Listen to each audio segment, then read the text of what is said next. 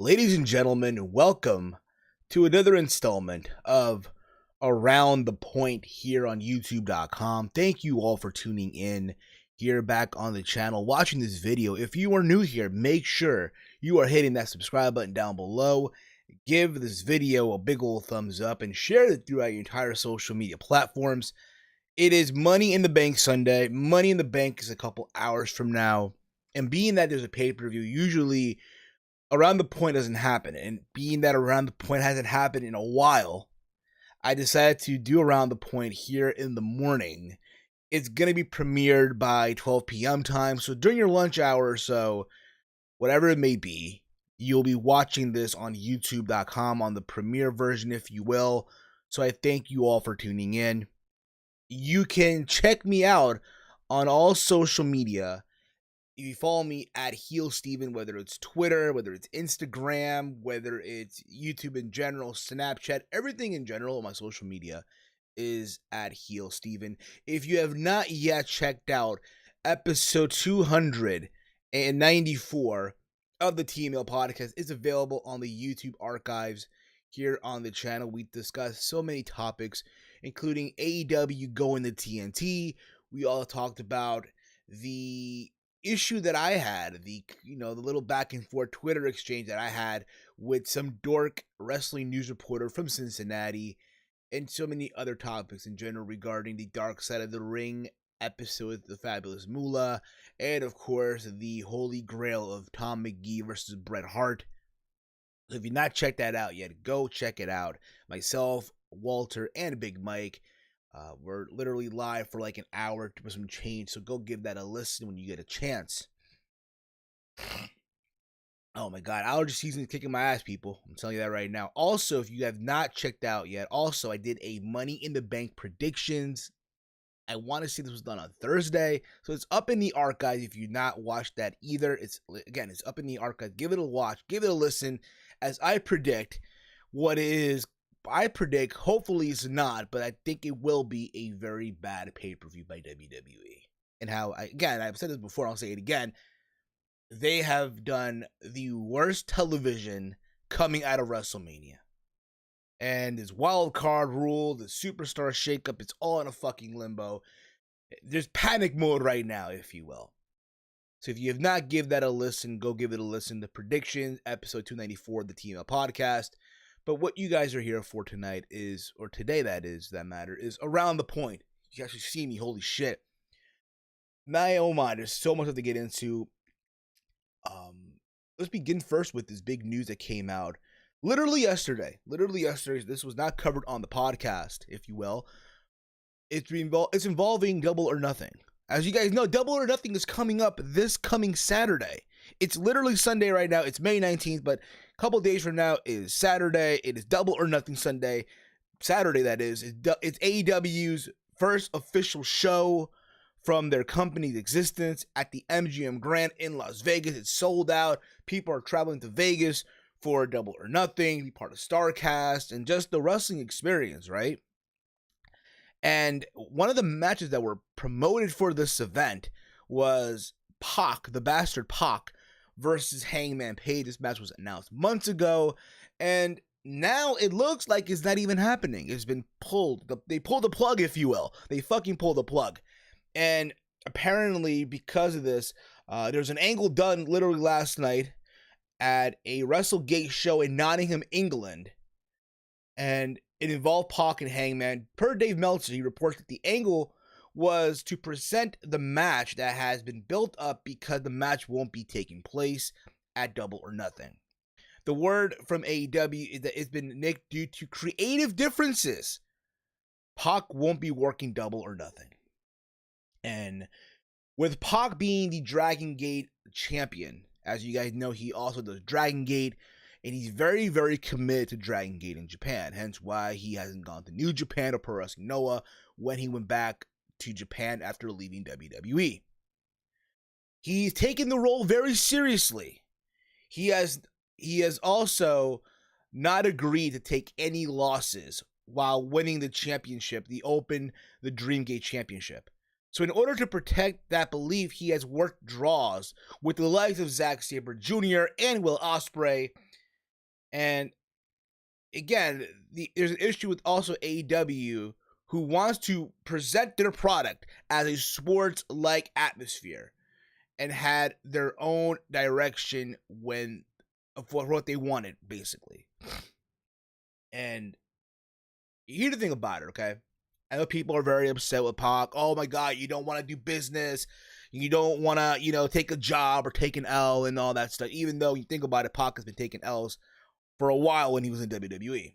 What I mean L is he's been forgotten. He was, at one time, when he was Neville, he was the man that created for God. I remember me and Chase gave him that nickname, essentially. And here's the thing. I get it, in wrestling, you got to do, what's right for the business, take wins and losses, what have you, be a professional, all the fuck you want. But here's the issue that I also see with this as well. And I think people don't realize this, and this is the shit that we've been saying for a while when it comes to AEW in general. You got 4 guys, that being the Young Bucks, both Matt and Nick Jackson, Kenny Omega, and Cody, who are essentially executive vice president, but they're also wrestling the matches on that promotion. And who's one of their good friends as well? Hangman Page. So essentially what they're going to be doing, if the idea is that, hey, Hangman Page is going to be winning this match, if he was supposed to win this match, then it's basically them covering their friend, protecting their friend. So, in a way, I can understand PAC's frustration not wanting to lose. He takes Dragon Gate serious. He's the champion, essentially. Think about this, right? If the match is a non-title match, if it's non-title, what does PAC get from losing? I mean, it's not like PAC, not like Hangman Page is going to be going to Dragon Gate in Japan to face PAC for the championship. It's not like that's even happening. But at the same time, again, if you're PAC, right? If you're PAC, think about this, right?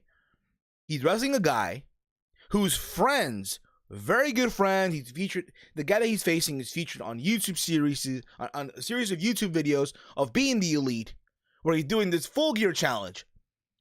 Who do you think is gonna get more benefit? Who do you think is gonna get more of the rub? Of course, it's gonna be fucking Hangman Page. And listen, I have no problem with Hangman Page. I think Hangman Page is a talented performer. It's funny because years ago, I really wasn't that big of a fan of Hangman Page. I said that before, and I'll say it again. When he joined the Bullet Club many years ago, I'm like, oh my God, really? Why is he even in the Bullet Club? It's like the afterthought member of the Bullet Club, it looked like.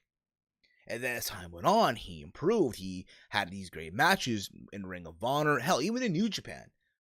To a point where, hell, a Final Battle this past year in December, and he was wrestling Jeff Cobb for the television title, I was actually cheering for Hangman Page, even though I knew he was leaving Ring of Honor. And it sucks because when you look at Double or Nothing right now, let's keep it 100, okay? There's been a lot of people that have been arguing and debating the issue that, oh my God, Double or Nothing is not worth $60 or $50. And here's my question that I still have not been answered yet. If you're someone and you order this event through Fight TV, okay? Before the announcement was made of them going on pay-per-view providers like DirecTV, Verizon Files, Optimum, Bleacher Report Live, and etc. Because apparently it's on Fight TV now only in Canada. But for those people that live in the US and you order the show through Fight TV, before the announcement was even made, are those people going to get reimbursed? Is Fight TV, are they going to give them their money back? I don't even fucking know. I hope so, but we'll see what happens with that. And you look at that match card right now. Yes, you're going to get some great wrestling, all the fuck you want. But I'll even say it, to me, this show is not the word $60. AEW is still, in my opinion, an unproven company. And spare me the talk. Oh, but they got proven talent, Steve. That's fine and dandy, but it's still an unproven company. They're going to prove a lot of stuff coming up this Saturday night to see what direction this company is going to be going in. Just keep that in mind. When you look at that card, like I said, you have the main event, which I hope is the main event, of Kenny Omega and Chris Jericho, Part 2, which I've already seen in New Japan for $9.89. You're getting the Young Bucks versus the Lucha Bros, which was a match that happened in PWG many years ago, whether it be a tag team match or a 6-person tag with the likes of Kenny Omega and etc. I've seen that match in AAA. Apparently, it broke record for Azteca TV a while ago when the Young Bucks beat the Lucha Bros for the AAA tag team titles. I've already seen it for free. Don't need to see it again. You're also getting Cody and Dustin again. They had a match before as Stardust and Goldust at Fastlane 2015. Again, it should be a fine match all the fuck you want, but I've already seen it. So you look at the key matches there, it's like this card really isn't worth sticking up. The only match, believe it or not, that I was looking forward to watching the show, believe it or not, was Hangman Page versus Bastard Pac. Because it was an intriguing match. You gotta think about this too, right? When they did the announcement back in Jacksonville, Florida, many, many months ago, and Hangman Page was talking about wanting to be the first AEW World Champion. And then Pac came out in his ring gear, right? With the Dragon Gate Open, the Dragon Gate Championship, essentially, right? And claiming he's a champion already.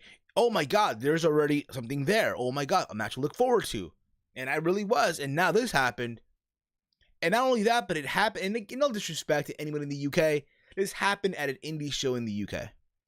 So it takes away, essentially, me wanting to see this match at Double or Nothing. Granted, I'm pretty sure WrestleGate, I'm pretty sure from the UK, will probably air this match or post this match or upload this match on their YouTube channel, which is fine and dandy, but still, I no longer have an interest in watching the match now. I just don't have it. Whatever. It happened already. After this match, it happens. I don't give a shit about seeing it at Double or Nothing. Now, could this be a giant swerve? Could this be a giant angle? Could be. Very well could be. Now, who do you have who do you have Hangman Page wrestle now? Who does he face? People have been saying, oh, Jon Moxley, have him come out there. Maybe have, I guess CM Punk. People talk about CM Punk. This is what I propose. And again, I could be wrong on this. Guys, give me your feedback. It's always, guys, I welcome your feedback and all of this stuff. What if, all right? The winner of the Casino Battle Royal, right? The winner of the Casino Battle Royal faces Hangman Page later on in the night to crown the first ever AEW World Champion. Why the hell not? Right? Think about this, right? Back at All In, when they had the Over the Budget Battle Royal, granted, at the time, it was funded by Ring of Honor, so fine, that made sense.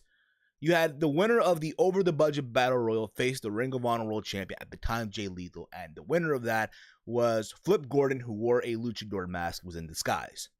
So why not do that again here?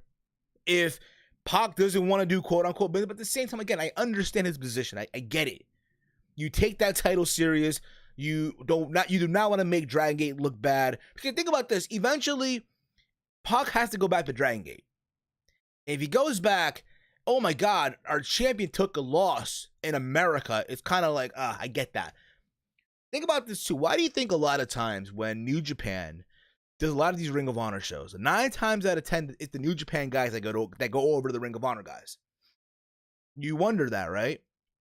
But again, I welcome your feedback. I welcome your concerns, your thoughts on this topic. Again, give me your thoughts in the comment threads. Do you guys think that Pac did the right thing? Or do you think he fucked up? Or do you feel like essentially here that, this is all a giant swerve or a giant angle? We don't fucking know. I welcome your feedback, like I said. Moving on. Let's talk about Lars Sullivan here. Lars Sullivan was in discussion this past week. We didn't mention it on the podcast because there's so much stuff to get into, and we did.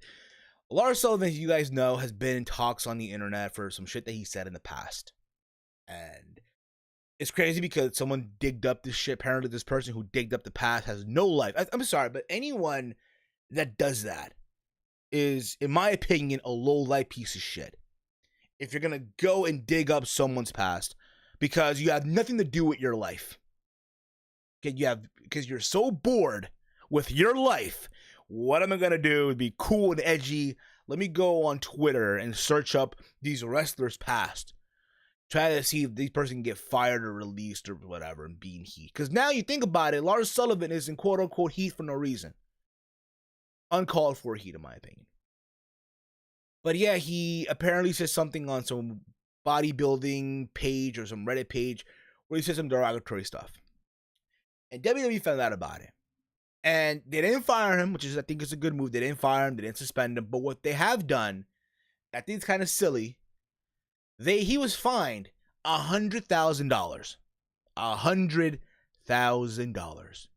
Not only that, but to throw more salt to the wound, he is required to complete a sensitivity training program for offensive commentary uncovered from his past. WWE will also facilitate meetings for Lars Sullivan with community organizations to foster further discussion around the power of social media and the impact of your words. So basically, you're taking this guy on television who is supposed to be a fucking monster. A fucking monster, right?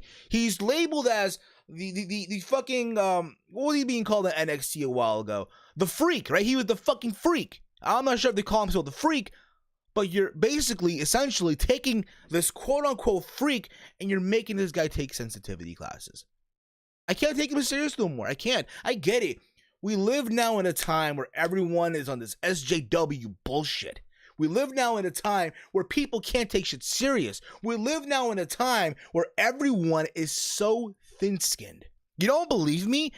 Why don't you all go talk to that dork, that fucking news reporter in Cincinnati? Huh?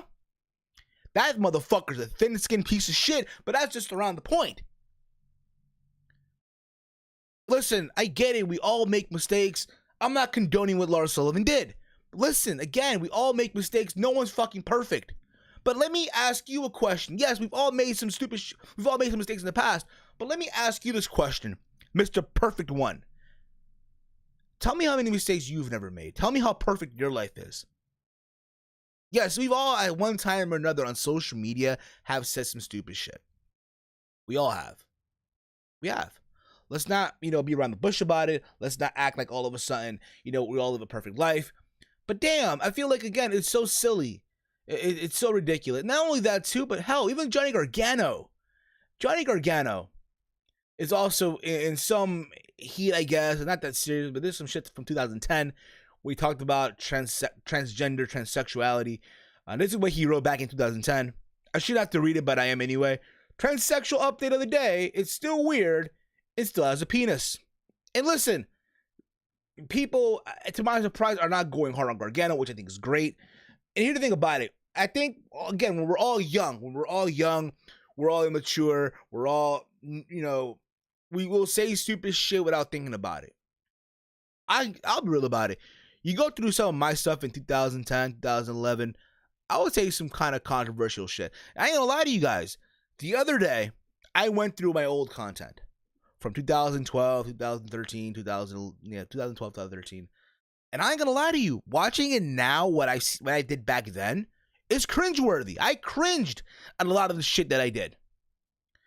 But I guarantee you, the Johnny Gargano and the Lars Sullivan from back then are not the same people now. Everyone go through changes. Not everyone's fucking perfect. Again, if you live this perfect lifestyle, please throw the first rock. Throw the first stone, if you will. But I think it's ridiculous. It's sad. It's so stupid. It makes zero sense, in my honest opinion. But guys, give me your thoughts on this as well. Your thoughts on Lars Sullivan, the Freak, going to fucking sensitivity training for his offensive commentary from the past, him being fined $100,000. Okay, fine. I'm pretty sure this money is going to go to Connor's cure, basically. It's going to go to something like that, or Make-A-Wish or something like that. I get it too. WWE's partnered with Make-A-Wish and Glad and all this stuff, so you understand in a way. But it's so silly. Fine, find the guy all the fuck you want, but to have this guy take sensitivity courses, it's kind of like, God damn. I have work in a few minutes or so at 10 o'clock. It's 9:11 as I'm doing this right now. So we're getting there, guys. And again, Money in the Bank is this Sunday. Well, it's today, actually. God damn, it's today. I will be doing a live review later on today. Later on tonight for Money in the Bank. I just hope it's a good show. I really, really do. Because, like I said this before, early on, before we started this podcast, god damn, WWE has done a terrible job in getting people excited for Money in the Bank. They have done the worst television programming I have seen in a long time. And you think about it, it's going to get worse, people. It's going to get fucking worse. And you know what, at the same time, too, you can say, oh, they're getting fucked over right now. It's the AEW effect. Which you can make the argument, which you can definitely make the argument with the AEW effect taking place right now as we speak. What do I mean with that? Well, WWE isn't the only company feeling the effects of AEW, of All Elite Wrestling. No. It's like Russell Peters saying this shit. No. So, apparently Impact Wrestling, in case you guys don't know, last Friday, not only did they go through some embarrassing moment where I guess their main event was replaced by commercials. So apparently, viewers of Impact Wrestling, this is coming this is coming through WrestleZone, basically. Viewers of Impact Wrestling, on Pursuit this past Friday, and in some areas, went through commercial break during the main event of Michael Elgin versus Rich Swann. The fact that that's the main event, I'm sorry, nah. That should not be main eventing an episode of Impact. Just saying. Instead of cutting back to the match, apparently this match went to commercial. Instead of cutting back to the television programming, the commercials never stopped, leading to a 24-minute loop of ads for fishing tackle and flashlights. Again, it's Pursuit. It's a manly channel. It's an adventure channel, people. So, basically, the Voices of Wrestling on Twitter experienced this firsthand, and they shared their experience for what it's worth. Several others had the reply stated that they got to see the end of the main event, so the error might only have occurred in certain TV setups, which essentially, again, it's kind of embarrassing regardless, because again, if you're someone out there and you're watching Impact, first of all, why are you even watching Impact on fucking Pursuit? A lot of people don't have Pursuit. I don't have Pursuit. So when I watch Impact, when I try to watch it, I'll usually try to watch it on Twitch. I think honestly the best way to really watch Impact going forward is on Twitch, in my honest opinion. Yeah, you could try to watch it on Pursuit, but honestly, But usually when I watch it on Twitch, it's sad. It's kind of Bush League when this happens. It's like basically Pursuit saying, fuck you, we don't give a shit. It's kind of fucked up too when you think about it. It really, really is. But that's just even the smaller thing right now that happened on Impact. What's going on too is that, I said this earlier, but WWE taking the AEW effect. Hell, so is Impact Wrestling, believe it or not. And I could be wrong, other people will say, oh no, Steve, it's not that. But I believe it is. I believe, in my honest opinion, this has a lot to do with All Elite Wrestling and their effect on what's happening now. Now that more importantly, AEW has a television deal with Time Warner, Turner Network, TNT. Let the games begin. So, apparently, Jordynne Grace. You all know Jordynne Grace. She's beautiful, she's strong, and she looks beautiful in a bikini. If you watch her latest pictures on social media, on Instagram, mother flowers. So apparently, per PW Insider, Jordynne Grace, who's TNA Impact Knockout, who began with the promotion last October, this whole time has not officially been signed to Impact Wrestling and is technically a free agent. Reports state that Impact initially offered Grace a 2-year contract, but the physical contract was never signed or returned. Never signed or returned. Which gives Grace the legal right to field offers from other companies. In the meantime, Impact has been desperately attempting to sign Grace to stay. First of all, you can say, oh, is Jordynne Grace being a professional? At the same time, it's Impact too. Impact Wrestling should have been on it from the get. Should have been on this shit, locking their talent deals. Now, I know that Impact Wrestling is very loose, very free-based. Let them do whatever the fuck they want. Let them do indie bookings, which I think is great. Awesome, what the fuck you want. But at the same time, when you hear shit like this, it's so Bush League. It reminds me a lot of Bobby Roode years ago on Impact. Bobby Roode, who I think was the world champion or something like that, and was not given an extension or did not sign a new contract, and he was working without a contract. And I guess the story was, again, I could be wrong on this. I could be wrong on this, but it was a long time ago where Bobby Roode, I guess, didn't show up to an event or something like that, and they wondered where was he, and they found out that he would never offer a new contract and shit. And Bruce Pritchard got mad and stuff like that. But that's besides the point. That's around the point.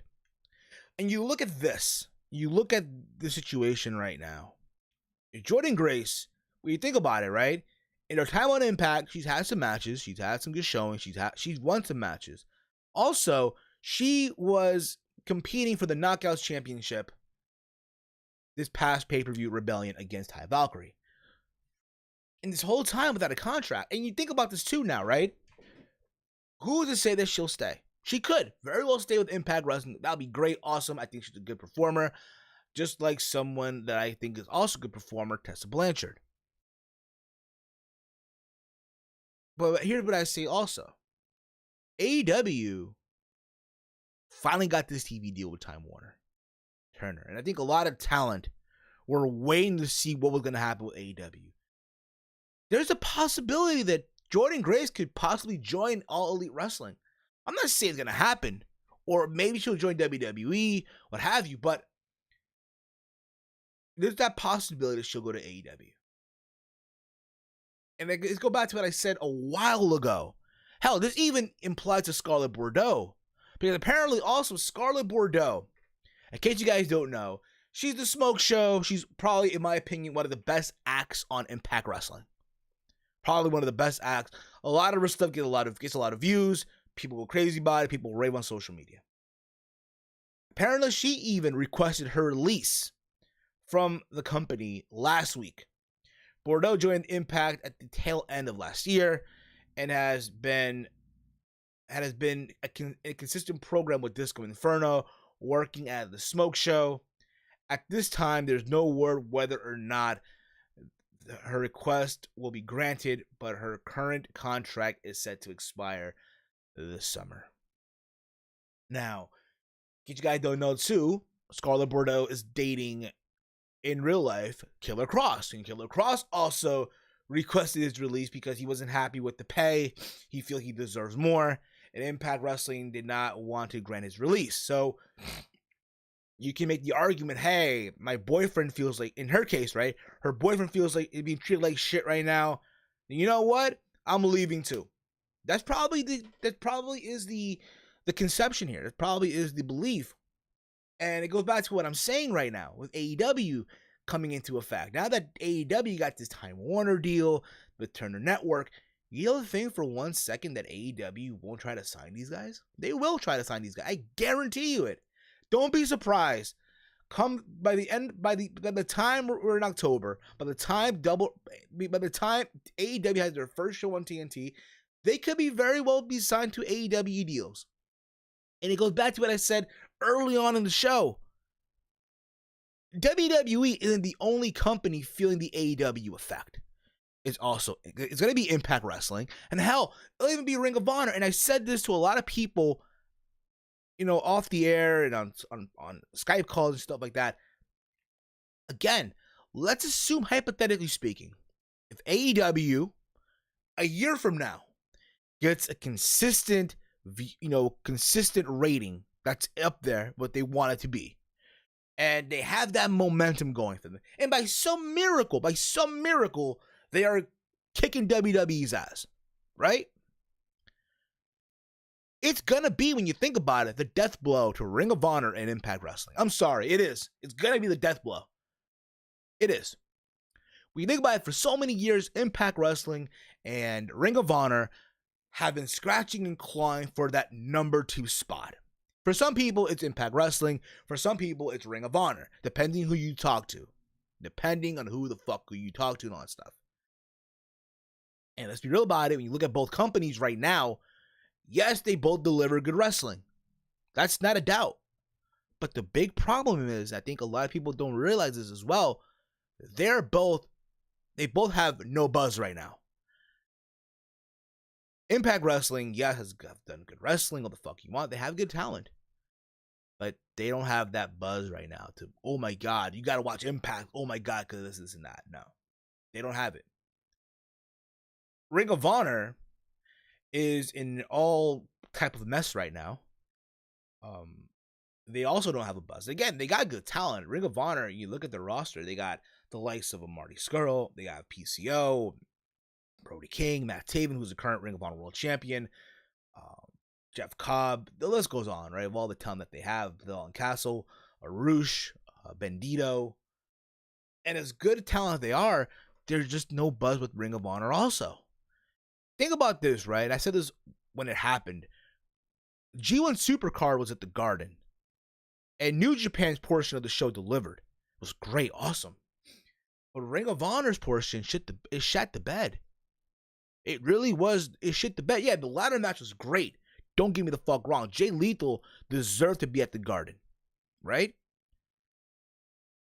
And let's be real about it. You really think that Ring of Honor on their own could do a show like that? Hell no, they could not. Why do you think Ring of Honor is going back to the Hammerstein Ballroom in July for Manhattan Mayhem and not the theater at the Garden? Huh? Point is, though, again, with AEW now getting this television deal, and they're going to try to sign talent left and right, just like WWE does. It's no different. No fucking different. I hate to say it, but, and again, I hope it doesn't happen, but both Impact Wrestling and Ring of Honor are fucked. They're fucked right now. They're going to be fucked. I'm not saying it's the end of these companies, by no means at all. I'm not saying that.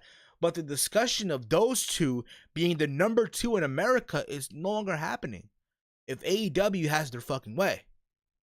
And again, I want all wrestling to succeed. I don't want to come off like, oh my God, you're being a fanboy, you're being negative and shit. But no, by no means at all. I want all wrestling, whether it's WWE, whether it's Impact, Ring of Honor, New Japan, MLW, who I've actually been watching a lot of, and I'm really would love to start reviewing MLW in the near future.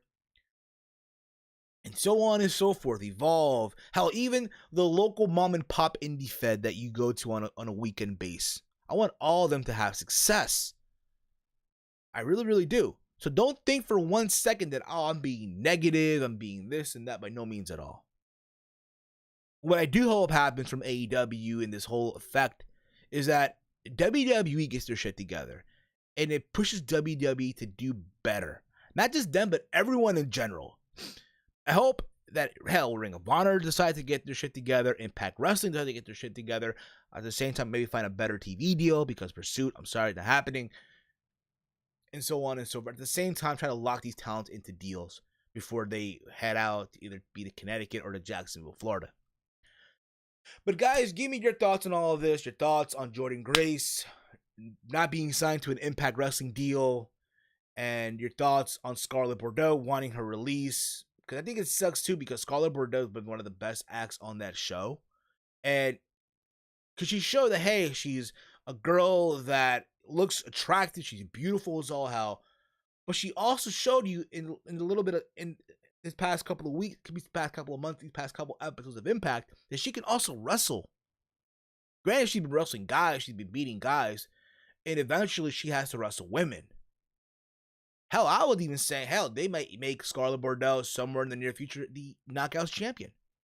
Now, what they're saying is true, that she wants out of the company, then all that just gone to waste for no reason. All to waste, and it's a shame. But guys, I welcome your feedback as always. This is going to be a short show. I have work in a couple of minutes, but I welcome your thoughts. your thoughts on this format of Around the Point, or do you prefer the live version of it? But I really do welcome your feedback, guys. You can check me out on social media at Heel Steven. You can follow me on Twitter, YouTube, Instagram, Snapchat. It's at Heel Steven. If you are new to the channel, make sure you hit that subscribe button down below. Also, if you have not checked it out yet, being that Money in the Bank is literally coming up tonight, later on tonight, go check out my predictions video for Money in the Bank. It's up in the video archives. Go give it a watch as I predict this pay-per-view. Also, if you have not checked out yet, head over to episode 294 of the Team Heel podcast. Myself, Big Mike, Walter. We talked about numerous topics, including AEW with this TNT deal that happened. We all talked about the Holy Grail of Bret Hart versus Todd McGee that aired on the WWE Network. We also talked about the Dark Side of the Ring episode of the Fabulous Moolah, and as well my response to that dork, that wrestling news reporter dork, that crybaby news reporter from Cincinnati. But that is indeed, guys, Around the Point, guys. Again, if you're new to this channel, hit that subscribe button down below. I thank all of you for watching, giving this video a like, and all that fun stuff. And yeah, guys, again, give me your thoughts. Do you like this format better or the live version? Let me know. But as always, hate, comment, and subscribe. And until next time, my G's, it's Steve, and I'll see you guys later on tonight for Money in the Bank and the review. Which reminds me, I have to go after work to pick up my bud, my weed, for Money in the Bank. Because there's no way I'm staying through this show sober as fuck. Fuck no. That ain't happening, y'all. Yeah, well.